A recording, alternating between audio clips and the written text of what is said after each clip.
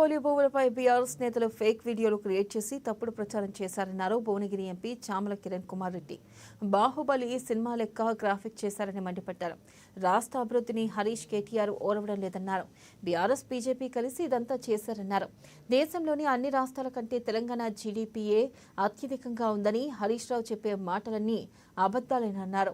బండి కేటీఆర్ ఇద్దరు మంచి దోస్తులన్నారు ఎంపీ చామల. ఇద్దరు కలిసి తలుపులు వేసుకొని తేల్చుకొని రమ్మని చెప్పండి. అసలు రేవంత్ రెడ్డి ఎవరి సైడ్ ఉండవు. ఎందుకంటే కన్ఫ్యూజ్ అవుతారు, ఇద్దరు ప్రజల్ని కన్ఫ్యూజ్ చేస్తారు. బండి సంజయ్ ప్రెస్ మీట్లు ఏం చెప్పిండి? అలా press meetha press note release చేసిండా? చిట్ చాట్లు ఏం చెప్పిండు? కేటీఆర్ రేవంత్ రెడ్డి గారు కలిసి చెన్నై పోయి డీలిమిటేషన్ మీటింగ్లు అటెండ్ అయ్యారు. వీళ్ళిద్దరు కలిసి రేపు వీడియో కూడా మీటింగ్ వీళ్ళిద్దరు ఒకటే అని చెప్తుండు.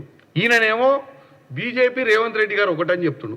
తెలంగాణ ప్రజల్ని మరీ ఇంత అన్యాయం చేయకండి. ఎందుకంటే తెలంగాణ ప్రజలు ఇంతో డీలిమిటేషన్ కోసము చెన్నై పోవాల్సిన పరిస్థితి ఎందుకు వచ్చిందంటే, డీలిమిటేషన్ కోసం చెన్నైకి పోవాల్సిన పరిస్థితి ఎందుకు వచ్చింది? మన రాష్ట్రాన్ని దక్షిణ భారతదేశానికి నష్టం జరుగుతుందన్న విషయానికే కదా. మరి ఇలా బండి సంజయ్ గారు ఉత్తరప్రదేశ్లో నిలబడతాడా, బీహార్లో నిలబడతాడా, మధ్యప్రదేశ్లో నిలబడతా వచ్చే ఎన్నికలలో?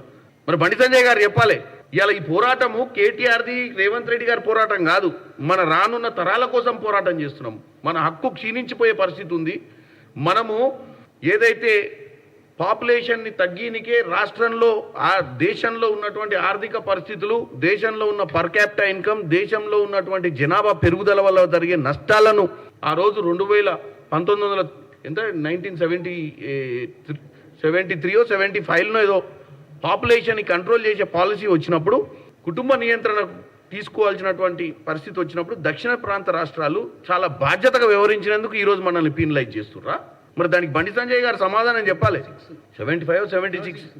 సో నేను అనేది ఒకటే, నేను ఈరోజు తెలంగాణ ప్రజలకు కానీ, బండి సంజయ్ గారిని గెలిపించినటువంటి కరీంనగర్ ప్రజలకు కానీ, ఈరోజు ఈ పోరాటం ఏదైతే డీలిమిటేషన్ పోరాటం జరిగేది దక్షిణ పాలిత రాష్ట్రాలల్లో జరగవద్దు అన్న, అన్యాయం జరగవద్దు అన్న విషయానికి అందరం కూడా రాజకీయాలను పక్కన పెట్టి మన కోసం, మన భవిష్యత్ కోసం ఒక దగ్గరకు వస్తున్నాం.